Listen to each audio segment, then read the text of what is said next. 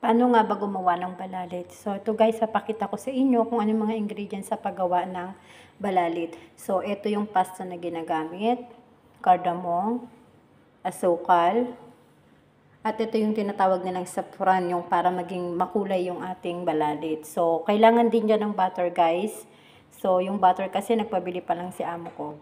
So, magpakulo muna tayo ng tubig. Tapos, lagyan natin siya ng tinatawag yung saffron. Ayan, para maging makulay siya. So, habang pinapakulo natin ang tubig, ibubusa muna natin yung balalit.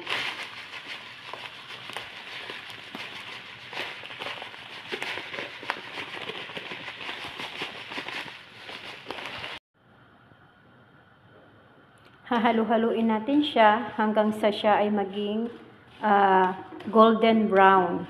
Yan. Halu-haluin lang natin.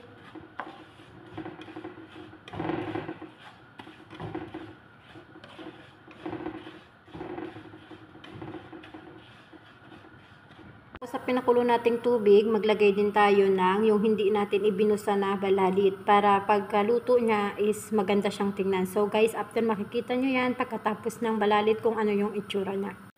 So eto na siya guys. Tignan nyo. Ganito kailangan siya. Oh. Yan. So medyo pa-brownin nyo siya. Yan.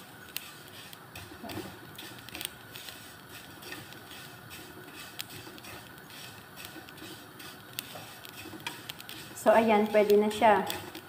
So, i-close ko na yung stove. After ko na siyang maibusa, so, ayan, lalagain ko siya doon sa pinakulog kong tubig. So, ayan, guys. Guys, ayan, kung makikita nyo, yan, kumukulo siya. So, yung pasta niya, so, lulutuin nyo lang yan siya sa ating mga kabayan. Parang pansit lang, ganon. Pag okay na siya, ayan, okay na. Pag okay na siya, sasalain na siya. Sasalain natin so para matanggal yung kanyang tubig. So, ayan. Tapos natin siyang masala guys. At eto na oh. Ilalagay na natin yung butter. Magpapainit ulit tayo ng magiging lutuan natin na isang kaldero. Yan. Butter tapos asukal. So guys, lulusawin lang natin siya. So pwede na rin natin isabay yung cardamom. So ayan.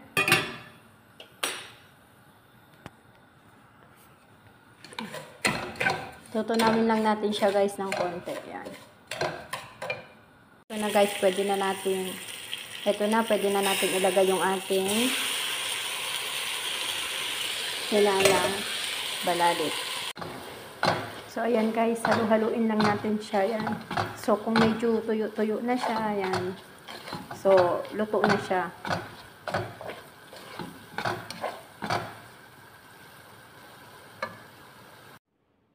So, ayan guys, naisalin ko na siya. O, tingnan nyo. So, ready na siya. So, ayan yung resulta kung bakit meron akong iba na binusa na pasta at meron din namang hindi para yung kulay niya is maging ganyan. Magluluto naman ako ngayon ng pantoppings natin sa ating balalit. So, ayan. Nagbasag lang ako ng 3 itlog. Tapos, talagyan ko lang yan ng asin. Tapos, paminta.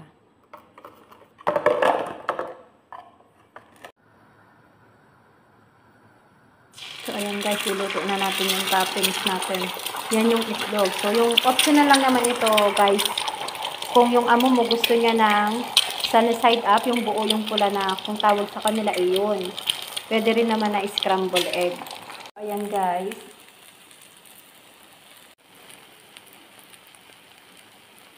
Ayan. So, ayan guys. Luto na ang ating itlog. So, pwede na natin siyang ipang-toppings dito sa ating balalit. So, ayan.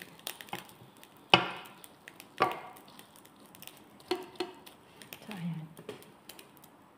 Thanks for watching guys. Please watch and subscribe, like, and share my videos para updated tayo.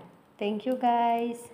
Thanks for watching. Please watching subscribe, like and share.